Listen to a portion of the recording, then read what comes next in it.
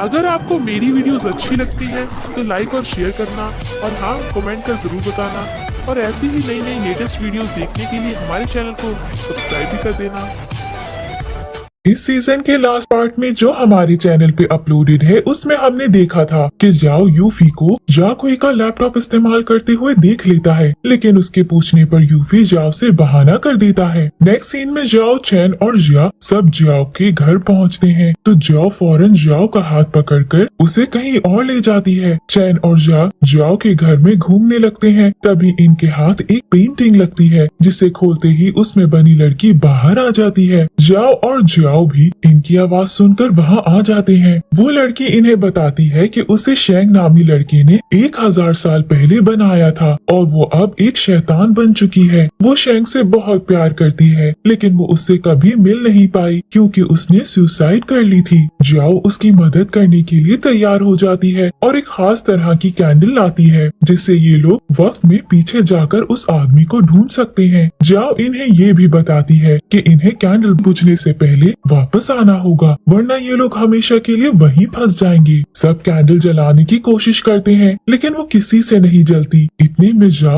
Candle जला देती है और एक बड़ी सी रोशनी उसे अपनी तरफ खींचने लगती है। जाओ उसे बचाते हुए खुद भी उसके साथ उस रोशनी में चला जाता है और वो रोशनी बंद हो जाती है। दोनों एक बहुत पुराने वक्त में पहुंच जाते हैं जहाँ जाओ पुराने वक्त के कपड़े पहनते हुए नजर आता है। जाओ को कपड़े पहनने में मुश्किल हो रही होती है तो जाओ उसकी मदद भी करता है। दोनों शेंग को ढूंढने निकल जाते हैं। तभी जा को एक आदमी के पास कुछ पेंटिंग्स कचरे में नजर आती हैं। जब वो उनमें से एक को खोलती है तो उस पर शेंग का नाम लिखा हुआ मिलता है। दोनों शेंग को ढूंढते हुए उसके घर पहुंच जाते हैं और उसे सुसाइड करने से रोक लेते हैं। शेंग इन्हें देखकर डर जाता है लेकिन फिर इनसे बैठकर बात करने लगता है। पता चलता है कि शेंग ने अभी तक उस लड़की की पेंटिंग नहीं बनाई है। ये सुनकर जाओ और जिया वहाँ से चले जाते हैं। इनके जाने के बाद शेंग उस लड़की की पेंटिंग बनाने की कोशिश करने लगता है और सीन यही कट हो जाता है। इसके बाद हमें एक छोटा सा सीन दिखाया जाता है जहां युआन जियाओ की असिस्टेंट पर काबू कर लेती है और ये सीन भी यही कट हो जाता है। जाओ के साथ एक रेस्टोरेंट में खाना खाने जाती है जहां से वो एक चावल की बोरी शेंग के लिए वापस लाती है। जब दोनों शेंग के पास पहुंचते हैं तो देखते हैं कि उसने लड़की की पेंटिंग बनाना शुरू कर दी है। ऐसे दोनों पूरी रात पेंटिंग के कंप्लीट होने का इंतजार करने लगते हैं। सुबह हो जाती है और जाओ को बाहर खाना खाने के लिए ले आता है। एक जगह खाना खाने का मुकाबला होते हुए दिखाते हैं तो जाओ के साथ उसमें हिस्सा ले लेती है, लेकिन थोड़ी ही देर में हार मान लेती है और जाओ को खाते रहने के लिए कहकर बाहर घूमने आ जाती है। उसे एक खूबसूरत सी नीली रंग की चिड़िया उड़ती हुई नजर आती है जिसका वो फौरन वापस आकर जाओ को बताती है। जाओ उसकी बात सुनकर बहुत सैड नजर आता है और कंपटीशन को छोड़कर शेंग के घर के लिए निकल जाता है। जा भी उसका पीछा करते हुए शेंग के घर पहुंचती है तो वहां इन्हें पता चलता है कि एक आदमी उस पेंटिंग को जबरदस्ती शेंग से ले गया है क्योंकि उसने उसके पैसे नहीं भरे थे। शेंग उन्हें उसका पता बताता है और दोनों उस आदमी की दुकान पर पहुंच जाते हैं, लेकिन उन्हें वहां भी पेंटिंग नहीं मिलती। वो दुकान वाला इन्हें बताता है कि उस पेंटिंग को एक अमीर आदमी खरीद कर ले गया है। जाओ उस आदमी के बारे में पता करता है तो उसे पता चलता है कि उस आदमी के पिता की तबीयत बहुत खराब है। ये सुनकर उसे एक आइडिया आता है और वो जा को अपने जादू से लड़के में बदल देता है। ऐसे दोनों डॉक्टर बनकर उस आदमी के घर में घुसते हैं और जा उसे चेक करने लगती है। तभी उस आदमी का बेटा शेंग की पेंटिंग के साथ आता है जो वो अपने नौकर को पकड़ा देता है। जाओ पेंटिंग का पीछा करते हुए बाहर आता है और आखिर उसे पेंटिंग मिल जाती है। जब जाओ को लौटने में देर हो जाती है तो जा भी उसे ढूंढते हुए बाहर आती है जहाँ एक शैतान उस पर हमला करके उसे बेहोश कर देता है। तभी क्यू शेंग नामी लड़की उसे बचाकर अपने साथ ले जाती है। जब जा को होश आता है तो उसके सामने क्यू शेंग खड़ी हुई मिलती है जो उसे बताती है कि वो डीमन क्वीन है। वो जा के कपड़े भी लड़कियों वाले कपड़ों में बदल देती है और उसे होली पर्ल के बारे में पूछने लगती है। जाओ भी जा को ढूंढते हुए वहाँ पहुँच जाता है और क्यू शेंग को देखकर हैरान नजर आता है। जा ये देखकर बहुत सैड नजर नजर आती है। उसे खुद नहीं समझ आता कि वो सैड क्यों है। क्यूशेंग जियाओ की ताकतें एक दिन के लिए ब्लॉक कर देती है क्योंकि उसने जिया को काले जादू से लड़का बनाया जो डीमन वर्ल्ड के रूल्स के खिलाफ है। इस सब के बाद दोनों पेंटिंग के साथ शेंग के पास वापस आ जाते हैं जो पेंटिंग को दोबारा पूरा करना शुरू हो जाता है। इसके बाद सब बैठकर बातें करने लगते हैं और जिया जो अपने फोन अपने साथ लाई होती है शेंग के साथ पिक्चर्स भी लेती है। जियाओ हमें गहरी सोच में नजर आता है। वो सोच रहा था कि क्यों शेंग को देख के वो इतना खुश नहीं हुआ जितना वो पहले होता था और ये बात उसे बहुत परेशान कर रही थी। वो वापस जाने का फैसला लेता है और जिया को रूम में जाकर वापस चलने के लिए कहता है। शेंग सो गया था इसलिए दोनों उसे गुड बाय बोले बगैर चले जाते हैं। दूसरी तरफ जियाओ की असिस्टेंट जो यॉन के कब्जे में थी कैंडल बुझाने की कोशिश करती है लेकिन चैन उसे सही वक्त पर रोक लेता है। वो उसे एक कुर्सी पर बांध देता है लेकिन इससे पहले वो इन्हें कुछ भी बताती युआन उसे मार देती है और इसी दौरान इनसे कैंडल बुझ जाती है। जिया जब वापस आने की कोशिश करती है तो ऐसा नहीं कर पाती और जियाओ समझ जाता है कि कैंडल बुझ गई है। चैन कैंडल जलाने की कोशिश करता है लेकिन कैंडल नहीं जलती क्योंकि उसे सिर्फ जिया जला सकती थी। जिया को इंतजार करने के लिए कहता है क्योंकि वो तभी वापस जा सकते हैं जब जियाओ कैंडल को दोबारा जलाए। ये कहकर दोनों शेंग के घर वापस आ जाते हैं जहाँ इन्हें दिखता है कि शेंग अपनी बीमारी की वजह से मर चुका है लेकिन मरने से पहले उसने पेंटिंग कंप्लीट कर ली है। इसके बाद दोनों उसे मिट्टी में दफना देते हैं और वहाँ से कहीं और जाने के लिए निकल जाते हैं। रास्ते में जिया से कहता है कि उसका वापस जाने का दिल नहीं। जिया को लगता है कि वो क्यों शेंग की वजह से यहाँ से नहीं जाना चाहता जिस पर वो उससे लड़ाई करके वहाँ से चली जाती है। जिया गुस्से में बाजार में घूमने लगती है जहाँ उसे कुछ लोग पकड़कर एक औरत के पास बेचने के लिए ले आते हैं। उस घर में उसका सामना जियाओ से हो जाता है जो उसे अपना नौकर बना लेती है। इतने में जियाओ भी जिया को ढूंढते हुए उन लोगों के पास पहुंचता है लेकिन क्योंकि उसके पास उसका जादू नहीं था तो वो लोग उसको भी उठाकर वहीं बेचने के लिए ले आते हैं जहाँ जिया थी। दूसरी तरफ जिया जियाओ के मुंह पर खीरे लगा देती है और उसे अपनी आंखें बंद रखने के लिए कहती है। फिर वो उसके कमरे में वही कैंडल ढूंढने लगती है जिससे वो यहाँ आए थे और जैसे ही वो उससे मिलती है उनमें से एक वो चुरा लेती है। कमरे से बाहर आने पर उसे जियाओ रस्सी से बंधा हुआ मिलता है। वो फौरन जियाओ के पास जाकर उसे बहाने से जियाओ के पास ले आती है। जियाओ को जियाओ की रस्सी खोलने का कहती है और उसे अपने कमरे में लाने का बोलकर वहाँ से चली जाती है। उसके जाने के बाद जियाओ को कैंडल का बताती है और उसे कहती है कि वो अकेली वापस चली जाएगी। ये सुनकर जिया का हाथ अपने दांतों से जोर से काटता है और ऐसे अपनी थोड़ी सी ताकतें जो उसे दिन पूरा होने पर वापस मिल गई थी जिया को दे देता है ताकि उसे दोबारा जिया को ढूंढने में मसला ना हो और जिया उसे आराम से कहीं भी बात कर सके। इसके बाद दोनों खुशी खुशी वापस आ जाते हैं। वापस आकर जिया उस पेंटिंग वाली लड़की को शेंग के बारे में सब कुछ बताती है और जब उसे उसकी पिक्चर दिखाने के लिए अपना फोन निकालती है तो उसे पता चलता है कि वो अपना फोन पुराने वक्त में भूल आई है। अगले दिन युआन यूफी के पास पहुंचकर उसे धमकी दे देती है कि अगर उसने उसे जिया को मारकर होली पर नहीं लाकर दिया वो सबको उसके बारे में सच बता देगी। यूफी जिया को अपने घर डिनर के लिए बुलाता है और उसे एक नेकलेस गिफ्ट करता है। वो जबरदस्ती जिया को नेकलेस पहनाने लगता है और जब वो हेवनली पर्ल को हाथ लगाने की कोशिश करता है तो उसे जोर से करंट लगता है। ये देखकर जिया फौरन सॉरी कहकर वहाँ से चली जाती है और घर वापस आती है जहाँ वो जिया को ये सब बताने की कोशिश करती है लेकिन वो उसे इग्नोर कर देता है। वक्त गुजरता जाता है और जिया के लिए डीमंस कलेक्ट करके लाता रहता है। ऐसे वो 97 शैतान हेवनली पर्ल को दे देता है और अब उन्हें सिर्फ 3 और की जरूरत थी। एक रात यूफी जिया को वापस छोड़ने आता है तो जिया उसे देखकर बहुत जेलस होता है और इसी बात पर दोनों की लड़ाई भी हो जाती है। वो जिया के लिए 2 और डीमंस लाया था जिनकी एनर्जी वो ले लेती है। ऐसे एक डीमन बच जाता है। अगले दिन यूफी जिया को अपने साथ गाड़ी में कहीं लेकर जाता है जहाँ वो गाड़ी का ब्रेक फेल का बहाना बनाकर गाड़ी से बाहर कूद जाता है और जिया गाड़ी में फंस जाती है। गाड़ी पानी की तरफ जाने लगती है तब जिया की जल ताकत से उसे याद करती है। ऐसे जिया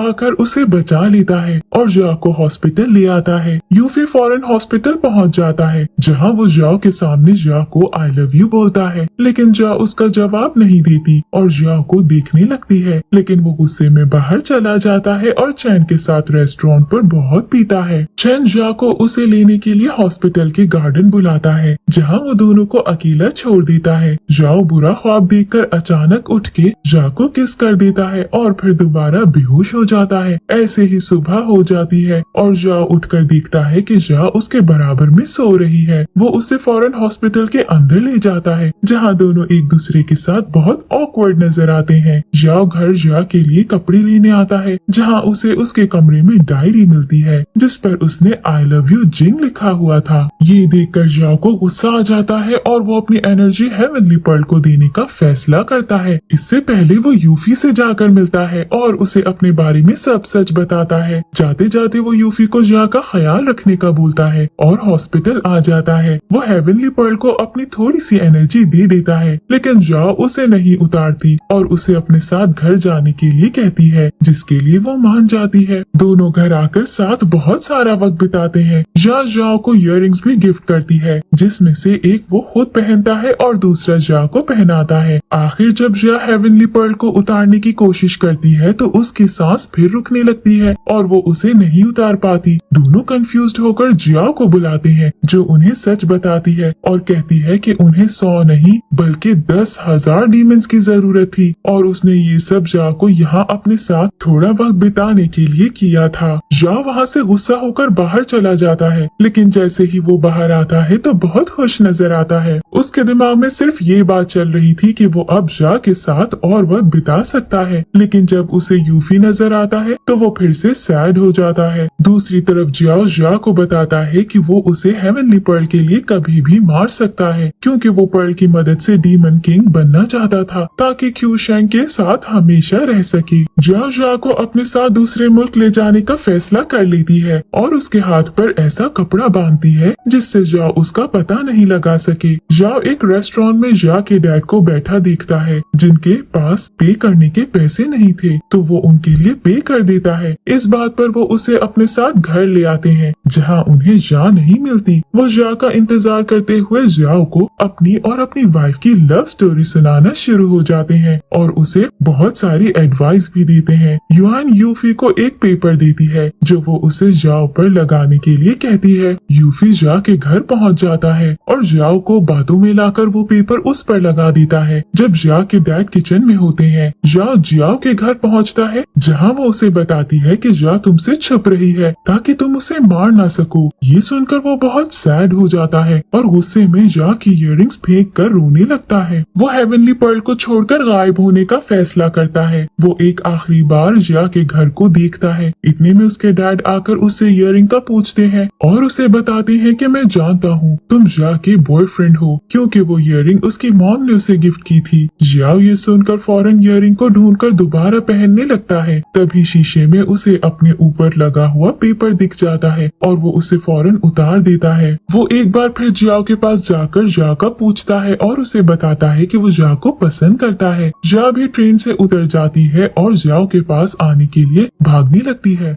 जाओ जब ट्रेन पर आता है तो उसे एक बच्ची कहती है कि मैंने आपको पहले भी देखा था। दूसरी तरफ जा एक दूसरे जाओ के पास पहुंचती है, जो उसे एक बिल्डिंग के ऊपर ले जाता है। वो जा को बुरा भला बोलकर उससे नेकलेस उतारने के लिए कहता है, लेकिन तभी जाओ जादू के जरिए जाओ से दोबारा बात करने की कोशिश करता है और क्योंकि जा ने जाओ का बंधा हुआ कपड़ा उतार दिया था, उसे पता चल जाता है कि उसके सामने खड़ा हुआ जाओ असली नहीं। तभी वो जाओ जो कि युआन थी, जा को बिल्डिंग से नीचे फेंक देती है, लेकिन जाओ वक्त पर पहुंचकर जा को अपने जादू से पकड़ लेता है और वापस ऊपर आ जाता है। फिर उसके युआन से लड़ाई होती है और वो वहाँ से भाग जाती है। इसके बाद जाओ को अपनी जैकेट पहनाकर उसे एक खूबसूरत सी जगह लाता है, जहाँ दोनों बहुत सारी बातें करते हैं और जाओ को उसके डैड के बारे में भी बताता है। जाओ के पाँव पर सर रखकर सो जाती है और तभी जाओ को आसमान में नीली चिड़िया दिखती है। जा भी उठकर उसे देखने लगती है और वो चिड़िया उड़ते हुए गायब हो जाती है। सुबह जब दोनों घर आते हैं तो देखते हैं कि जा के डैड उसका आधे से ज्यादा सामान लेकर भाग गए हैं, जिसमें उसका लैपटॉप भी शामिल है। एक छोटे सीन में दिखाते हैं कि जा की दोस्त पिंग यूफी से मिलने आई थी, जहां उसके जिस्म में युआन घुसकर कब्जा कर लेती है। इस तरह वो सारे डीमंस जिनकी जा ने मदद की थी, उन सब पर भी एक एक करके युआन कब्जा कर रही है। जा लैपटॉप लेने फौरन उसी शॉप पहुंचती है जहां उसके डैड ने लैपटॉप बेच दिया था और ऐसे वो लैपटॉप वापस ले लेती है, लेकिन उसमें से उसे कुछ चीजें गायब मिलती हैं। जा को याद आता है कि यूफी जा का लैपटॉप इस्तेमाल कर रहा था और वो समझ जाता है कि उसी ने कुछ चीजें डिलीट की हैं। वो कंप्यूटर वाले को डिलीट की हुई चीजें रिकवर करने के लिए कहता है, जिसके लिए वो उनसे 2 दिन का वक्त मांगता है। जाओ और जा घर आने के लिए निकलते हैं, जहां वो उसे यूफी की हरकतों के बारे में जा को बताता है और उसे दूर रहने के लिए भी कहता है। घर पर चैन दून उसे मिलने आता है, जहां वो उन्हें अपने मास्टर खियाने